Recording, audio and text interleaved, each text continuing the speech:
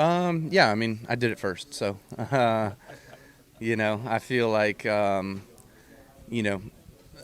sent out the tweet because Larson's cherry picking at Homestead. You know what I mean? Like, obviously, this is his place. He's known to be super, super good here, super comfortable running the wall. So you get a lot of benefit from that. And so he's one of the best at doing it. So he's probably got the best shot of that. First 5 races have been won by drivers with the last name of B. So are you next in line? No, not this weekend. We struggle here a little bit. It's just not quite my place, I guess, with RCR. But, car was better today than what I recall it being here in the years past. But we didn't get a chance to show that really in qualifying. Race stuff was kind of hard. We unloaded with just being too tight and came in to make a change and then obviously went too loose. So overstepped that. When you look at the schedule for Homestead, do you prefer Homestead spring, fall, championship? Do you care? It doesn't matter to me. I go wherever the schedule says, so it doesn't much matter to me.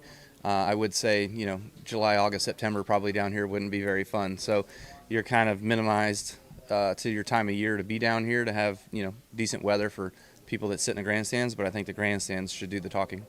Looking forward to Martinsville with all the changes that NASCAR's made to the next-gen car and Goodyear experimenting with their short-track tire. Do you feel like the racing at short tracks has gotten better since the next-gen car came along, and what else needs to get changed? No, the racing has definitely not gotten better with the next-gen at short tracks. Why that is, I don't know. We've tried different aero packages. We've tried different tires. I think it's just the similarity in all the parts and pieces and everybody being the same.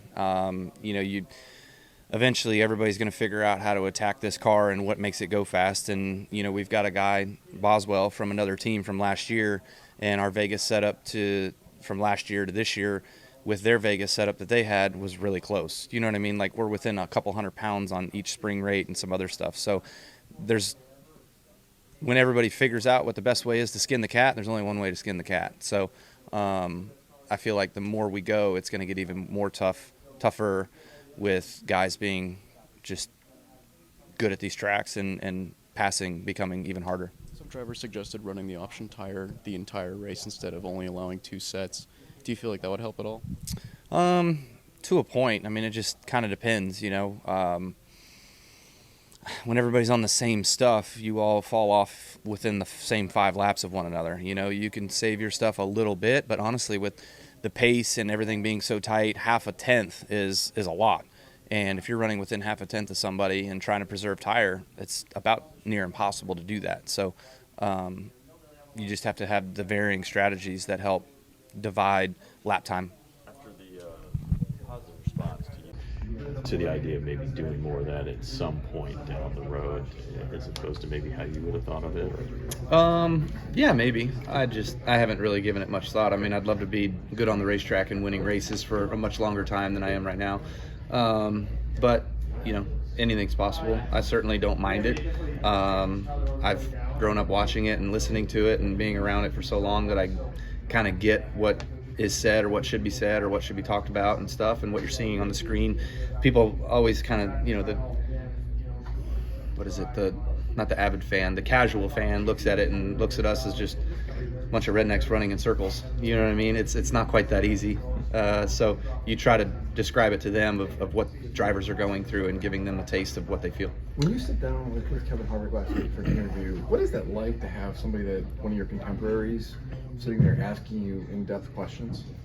It's fine. I don't know if it's like a weird dynamic or, because... No, I don't think it's weird at all. I think we share in our passion for the sport and, all that sort of stuff. So we've obviously had our headbutts over the years, but when you come to grow older and respect one another, then it's easy. I guess is it different in the sense that you're not? Do you even think that he's a media member at that point, or an analyst or anything like that? Or is it just you, like him, 2 friends sitting down, just having?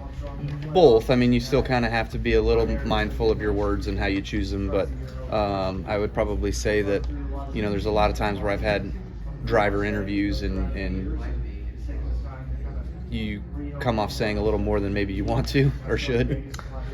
You're the only driver to pull off the triple sweep twice, or just do it once. Is that something you definitely want to keep, or if Kyle Larson does it, if it happens, it happens? I mean, if it happens, it happens. It is what it is. There's definitely I don't know. It doesn't happen that often, obviously. So, with him going for it, shooting for it, that's cool. If he gets it, great. But otherwise, I'd love to still be the only. All right, thank you. Given how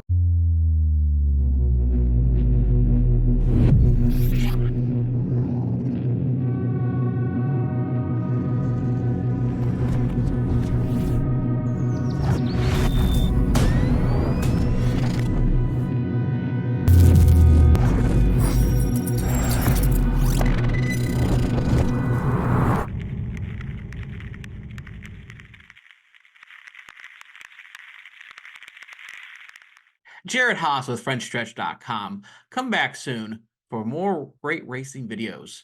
And if you like us, make sure to hit that subscribe button.